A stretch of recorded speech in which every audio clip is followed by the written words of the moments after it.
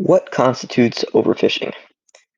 It's one of the most prominent sustainability issues in the world right now, and if we don't take care of it, pretty soon our oceans will be drained of fish stocks. Humans depend on the ocean, so it is of crucial importance that this dilemma be solved. Overfishing is categorically defined as the point when a fish population cannot naturally replenish its population at the rate at which it is being depleted. For the sake of visual aid, a graph of an overfish population over time would look something like this. Notice the decline in cod spawning in relation to the level of fishing occurring. This video will examine a specific instance of overfishing in a certain location, that being the Chesapeake Bay. The Chesapeake is one of the most crucial watersheds on the east coast of the United States, and millions of people depend on it for food, jobs, and recreation.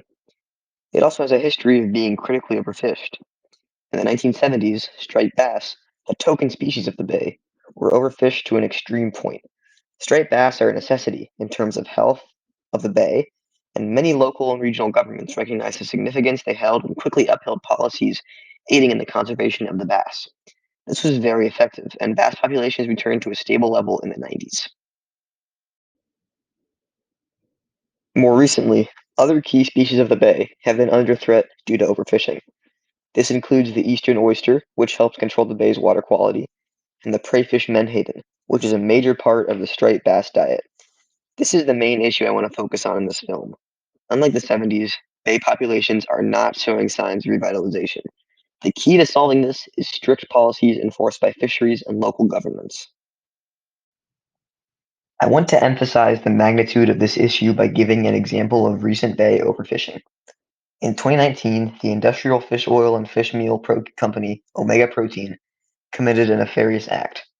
The company had frequently fished large amounts of menhaden from the bay in previous years. According to the Chesapeake Bay Foundation, Omega Protein catches more than 70% of all menhaden harvested on the East Coast. On September 13th, 2019, the company released a statement saying that they were going to knowingly break the menhaden harvest limit in the bay.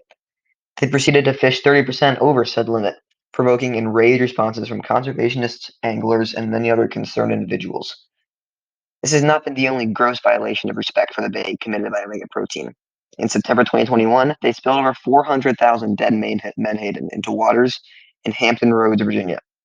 This is a tremendous waste of one of the most important fish in the bay and should have been met with appropriate punishment.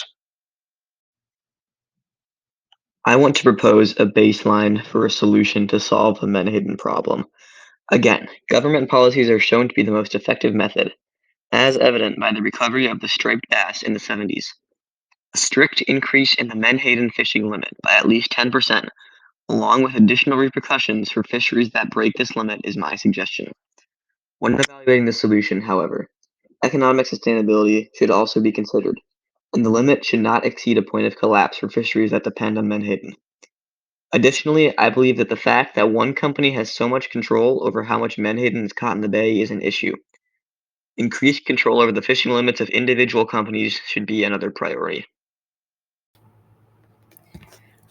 I want to point out that while it may seem like many jobs in the Chesapeake would be harmed by restrictions on fishing, the Chesapeake Bay Foundation explains that rebuilding various bay populations such as menhaden would stimulate economic growth rather than stifle it.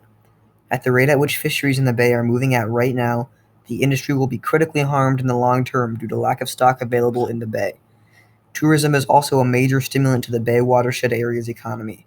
A decline in bay species could immediately result in a lack of tourism, which loses money for the area.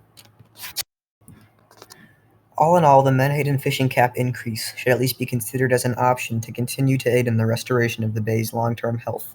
Again, this is an instance of an issue which encompasses not only the Bay Area, but aquatic habitats all over the world. Fixing it is of the highest importance.